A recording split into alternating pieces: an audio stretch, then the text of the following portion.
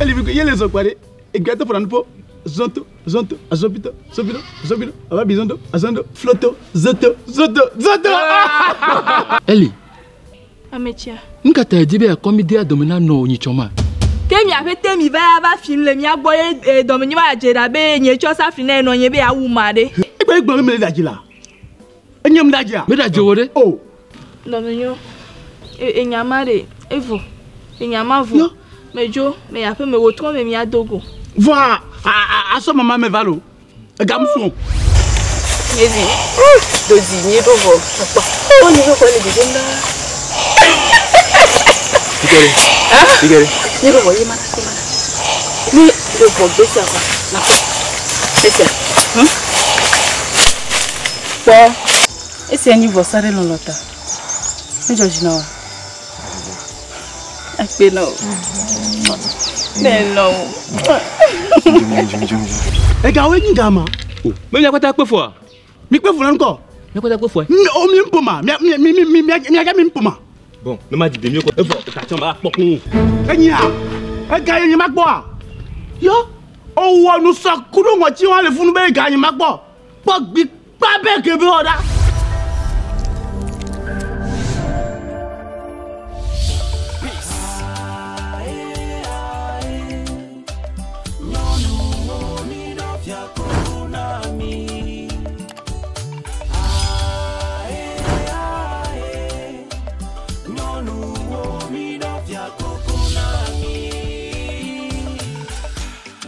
No, woman, no cry, oh.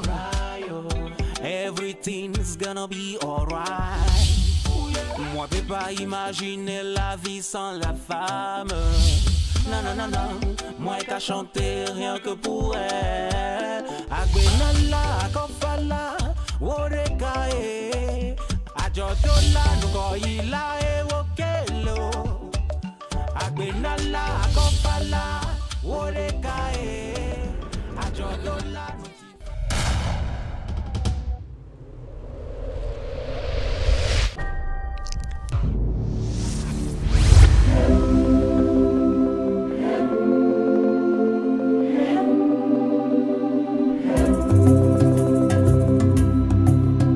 Ama. Papa. Je gonya bokoi. Oh, papa, mi on me la faut voir les questions. Donc, mi va be mi akwa le si ne fonda. Hey, Georgina. Oh, fine. Oh, no di wade. Papa, efonye ya. Hey, Georgina, nyacha. Mi le kope ya. Gberegbe le joa. Egbe afi. Gbogbo va le mi amo pon. Na te kare ji be yi me jo ma nyeme pe fun ha ke ngbo pe wa. Ah oh, yen to mo gbule la. Oh, Georgina. Hey, Georgina. Ya o oto. Ke gbon wa de. Ah. Mi acha mi le. Egbe ame. Que nye ple hono nye foya. Yekwe. Kake. Ah. Foya cha gbe. Enye tafu ko le. Fo gbe mo wo de sia de dopo. Voi ah. Nye kri kwe. Tonye. Vinye. Me gblonya si anon zige. Ah oh. E me no fo egbo a. Iga yo kata ne chwaro na ma. E fo chwalo ji keke. Ah oh. Nye mo ho ese o la. Amegbetɔa. Gbe bieja ton akoda Lomé nam. E fo nye kple so de vie. Kaka. Vasia. E fo la no leke ya. Foga ke me dak pe na ma o. Le majiji mede. Nu si okata anyi mi abe me gbenya o. A Georginam. Vinye. A Georginam. Oh, fine. Ke de kakua. Tanye. Eyi me dugame. Me pon de kakpisia. Mi lo mi anono. Me va même appeler à confiance. E Georginam. Le koyona de kakua. Papa, oyo ne be Johnny Waka. Johnny Waka. Johnny Waka. Papa. Elle me yame du yame. Palime. Papa. Oh, fine. Que ese wana edoka. Oh, papa, nyam ni gaji pola le gajira rope. Gaji pola le gajira rope. Papa. Oh, enyonto. Tane amolo me galo du me kekeke quoi. On va connaître bo. Ye bona mo me gaji. Ah vigne. O do anyolo. Ma wa jirami. Ma wa jirami kaka. Ami. Yo. Que papa, nous si le verre ni zibe mianya aller si mio afia o mia beso de kono. Que ce soit tanto e mi vado. Tony. Anyo. Le mata. Ni ma onawa. Ale mi dade die ne zadoa. Ma plomi. Ayi fuego. Onto le nyabe e sama e mate ina eju ame. Papa me nyanya si okata. Quoi. Ma be po fue. Ma plomi ye gbo. E ko ya chano te kwenye. Le konu o me. Ta di ka me gaso mi o. Ti me gade le mi apo. Nu si anu ayire dodo anu. Enyo Tony mi se me. Yo. Ku kiare kemelio. Yo. Tony. Viens. Wo hola o dro ma le gbegbe. Hola le zonu.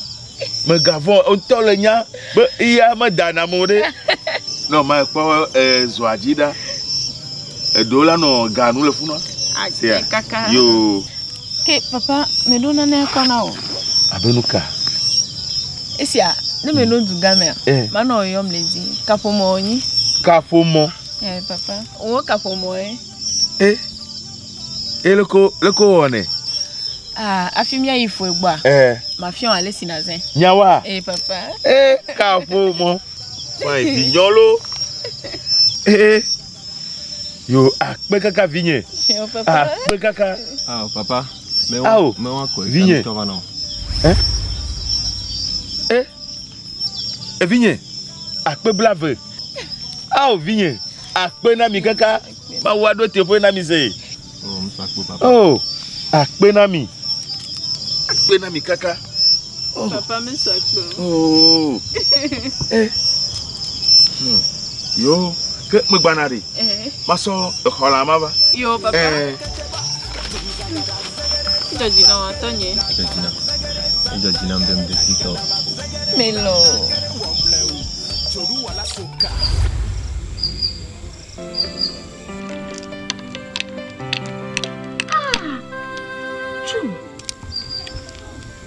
Me de le bampia. Di mi o ke mi no tata mi no na e no na mo du ai ko so ya na gbanya. Mi awe dadi le ati gango me ye wuli di. Awe foi. Baba sro wola.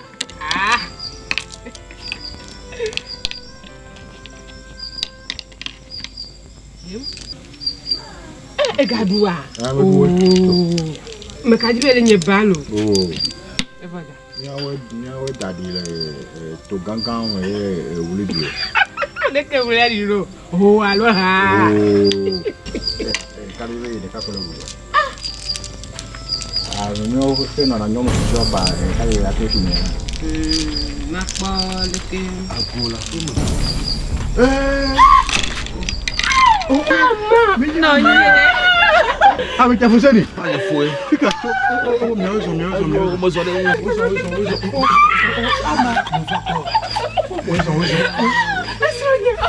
Ma va tro le ke a.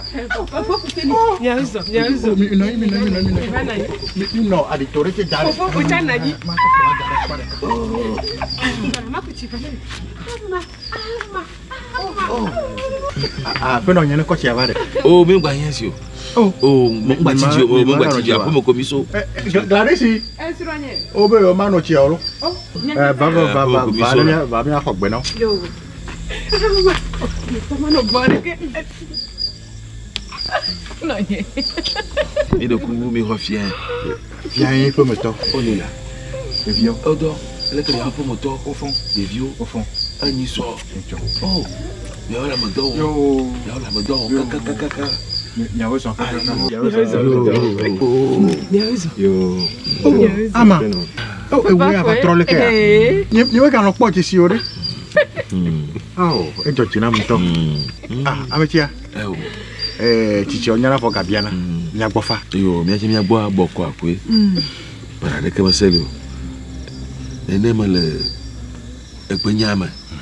Afi if you ama le de kajaya.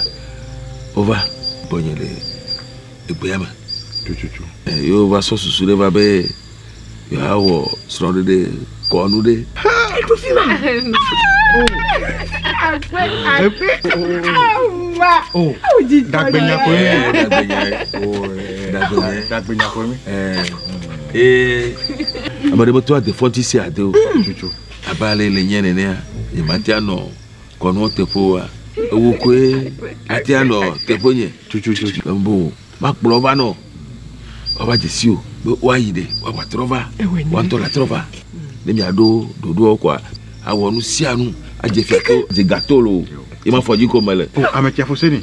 Go. Enyabe esia ya na te don de unye. Ne yom le jomea. Mato. E yom le za. Mato. E yom le chime. Mele megbeno. Yola. Ta wea me gavon. Ma do le tepo. Tu sais c'est là. Ape no nye le megbena gongo. Yo. Nya wo mi hejea. Nya wede. Ate fiato. Ade gâteau. Le nous si anu ovo kwanye nto. Ma vava dia da se no. Ta me gavore mi am kro. E Georgina. E ta kumodo na ndo nuro. Ore kakwe. Abareke mgalo. Kwa da bado me. Yo. Oh, Georgina. Oh, apeto. Me de kulo on ton corps. Quand il y a Johnny Waka. Que va fica toi nenyo. On so palime. Palime. Nyanto de. Ah oh, nyanto de. Ye ma piare ma piaro. Toka onte wona ya. Wona tole ebe gachira rope. Gachira rope. Ya tamo joga. Fica mo lona gaba kona doa. We do. Kema ona be gafiara no si. Tu. Oh, fine. Enyo. Tone bona. Abona ne komo ichi. Amebe. Oh, Georgina. Ametia foseni. Be gafon. Yo. Be gafon. Wow. Cardio. Nya demegbe no, nya wo nsiam. Cardio. Kede. Ma je va dira kwa me do ke mi va mlani la. No nye me gachi. Mo gachi jo, mi jojo ge fia. O izame, ti to nye bo. O ya chi gole. Oh, fusini. Ya te pe blom e ho ko tu via me. E fia be lo amai. Na so acha lo ve no fi ma. Mo pa una kokoro ni. Ama pon tu ni papa. Ama pon tu ni. Nen tu rebe le gbe soso. Bene le jome ya va joame. Ne le tome ya va toame ya. Kama pon tu va fa. Tana le beni. E holea yo blana. E holea yo blana. Me blasiton. E holea yo blana. Oye foi. Ye magwa na ndidi o. Na te mo le nya. Enyanya, amere gwa senko nye fia kwa. Mo konya. E ga so tukara. Mo jolo. Nya da fota ko dina.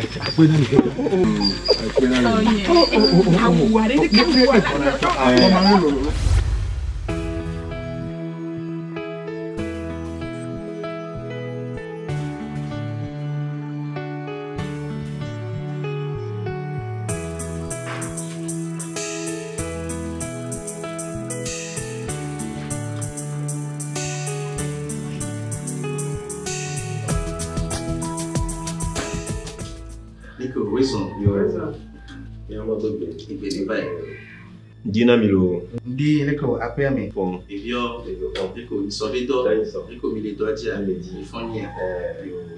Yo son kaka. Leko miagbare. O mi oha mi foni. Apea me foni. Ah, leko yagbo ya mboko. Ah, chanye me la fobon areke dio. Sibele kenye ape nkula atiso. Ni blendalera e bazon le kodimele. Atito. Ah, atito. Yape no. Me de ku edonku atito e. No be me de nyade no ku atito be babanti. Me de ku leko na Johnny. Yeah, for Johnny. Ah, we so kaka. Leko mi fonia. Yape no. On a be for tito ba de no numero nami. To kure for Johnny ti. For atito a ifo a. Ah, we va kasen do nami. Kwa peno ni ha kwa me de enyaone ko mi daside no me oji. E George nami. Esia, e George nami. Chikamega topo. Mile megbeno. Ya nom tio. Ya onusiano. Esia. Aji fiato, aji gato. Vont me lenti croix. E kede apeme. Esia. Ya. Iko fati sole fonia. Bikaka. Ya begbeto na mo ayi nesia. Eliko ni piba se kaka mea. Wene no me yo no aji fiato, aji gato Egbere ato bo abana mi koko. Egbere na we. Okay. The judge now.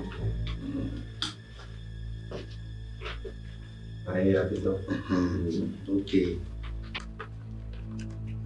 What for Johnny? Where's on? Oh, yeah, Egbere. Nulo jaga jola pe amena meme. So. Nulo kanisia. Yape no? Yeah. Mo nyolo. Keka eton. Oh, akpe blaton ko Johnny akpe kaka. Yape no pon nulo to ifo Johnny onamda. C'est ma le boy. Deka eton. Oh. Ana suba me no plana mi ole. Me ne glode. Dare ji croire. Okay. Ko Johnny. Oh, akpe kaka. Akpe ma mira. Yeah. Oh, yape no to na mi boy. Me ni no boy. Oh. Me suba tole. Oh, me de ku de no boy ni me do ape me man nya we do de la sia. Gavon. Eko, ko Johnny. Oh, akpe kaka. Oh, na yira sia. Yes. Eleko ontonya no nwe. Konko ya fia. Omo ya afirewa na adina ni na hai. Manyo. Sibele ke ni bolero. Romanyo ne ne. Oh, apito. Yeah. Nene ni bulongo. Ebi ni mo so pete na mi. Oh, for Johnny. Ele ontonya no nwe benye. Omo ya teji jofile ha mekwa. Jijo popo ni no te pe via. Jiara join hai. Ontonya no nwe ya fia ko kupulero na me. Ese merari. Da ma teji jofile ti kwa. Ko be Oh, nyape no. Ana le fo Johnny. Oh, ago. Oh, to agal subo to ni croire. De ka eve. Eton. Oh, eton plafond, pe black ton plafond. Oh, nyape no. Yeah. Me le ku fo Johnny. Ato ana o halo. Oh, fine. Oh, Eton. Plafond. Oh. Tony agalulu to we. Oh, for Johnny. Oh, akpe kaka. O le doji si a. Oh, me de kure e doka kun e ona ya. Kapi nulo tolo o le no me le kiale e tok. Ka son na mi vie. Nya e gaji ko la mile, e gaji rado pe. Oh, fine. Enyon to. Aha. Eso ni. Yeah. Ese fo Johnny be do na wa. Oh, enyon to. Oh, e George nami esia. Fo Johnny. Kamere ku ga kameji dodo wa no. Oh, e boton kekeve. Kanu roji kwa na do bukula aticho do da mi baba komi. Mi bavon croix. Elle veut bien. Mi bavon. E George nami to. Na pe no ni mate vo croix. Oh, kasiale. Oh, elava. Nya nonti o. Aji fiato aji gato. Esia. Oh ya e George nami to. Ape ame ya bibi sese legbe ya. Emefa. Oh, ko have.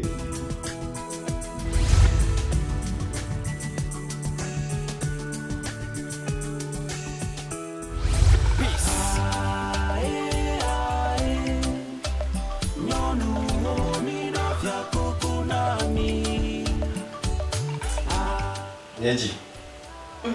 Non. Les miens sont le comment mère.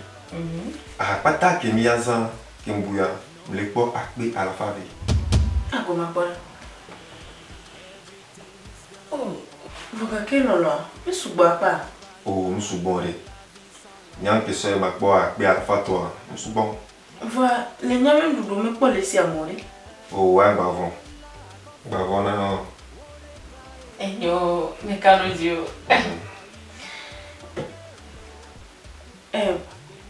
Voilà là. Niaji. Que nya simi blokure no de akbene unde mene yogewa. Oh, mi blo nya chai. Blo no be ma yore. Le nya be ele abi mi ano ene. Me de kuku est là. Enyo, ma vie Zerika. Oh, pour moi. Everything that can you make you happy. She throws the way and feels the pain. She fixes everything that can you make you happy. About a woman, I have to talk. I mean to feel, cause I got to talk. I gotta take a small time to pound the sound. So just take small time to feel the sound. Pound to the horror. On le solo.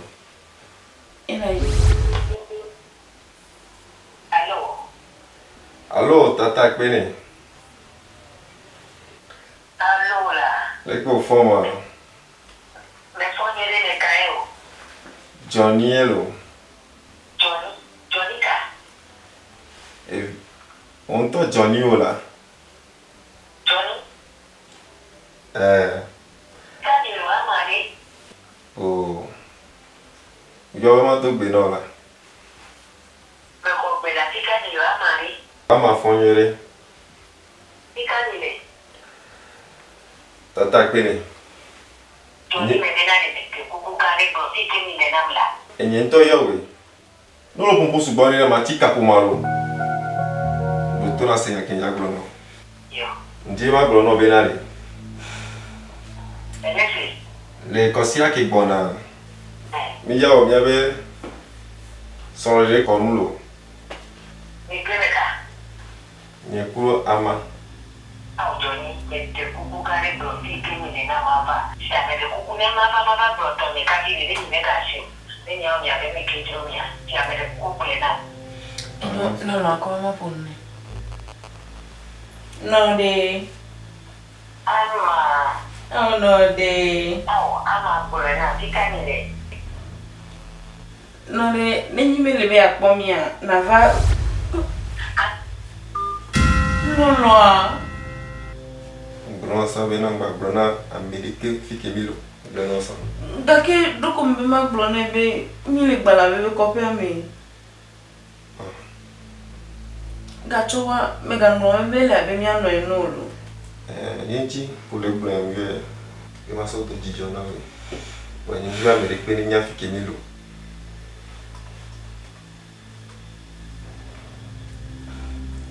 Lola. Les bidia. Les carrières. Et nyoke, dans le série miam.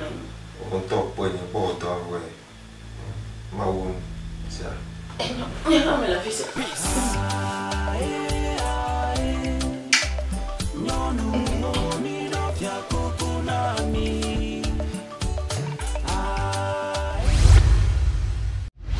Yaviama. Chamiga.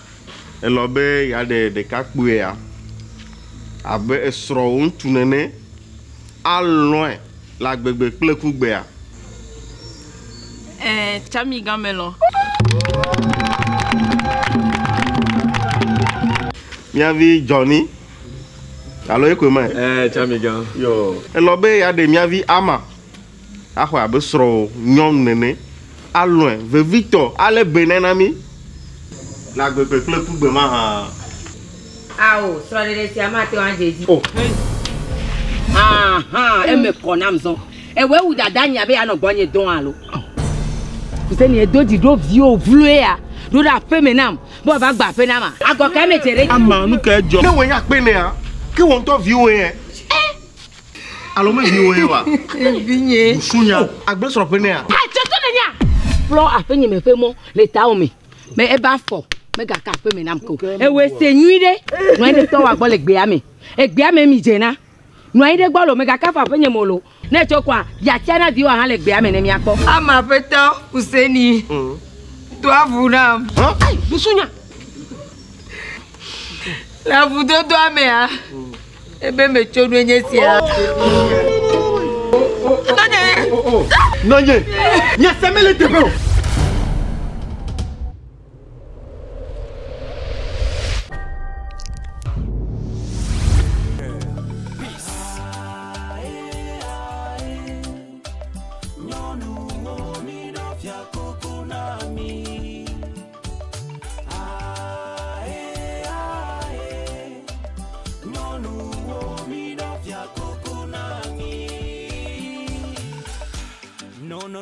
woman, no cry, oh. Everything's gonna be alright. Moi, peux pas imaginer la vie sans la femme. Non, non, non, non. Moi, qu'à chanter rien que pour elle. Agbenala, akofala, worekae. Ajodola, nukoila, ewokelo. Agbenala, akofala, worekae. Ajodola, nutifafa, ewokelo.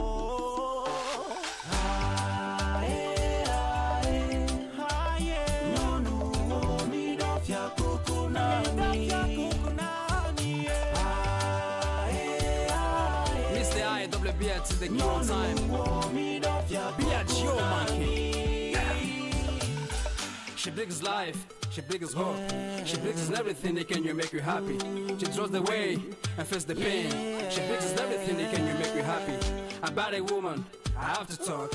I mean to feel, cause I got to talk. I gotta take a small time to pound the sound. So just take small time to feel it.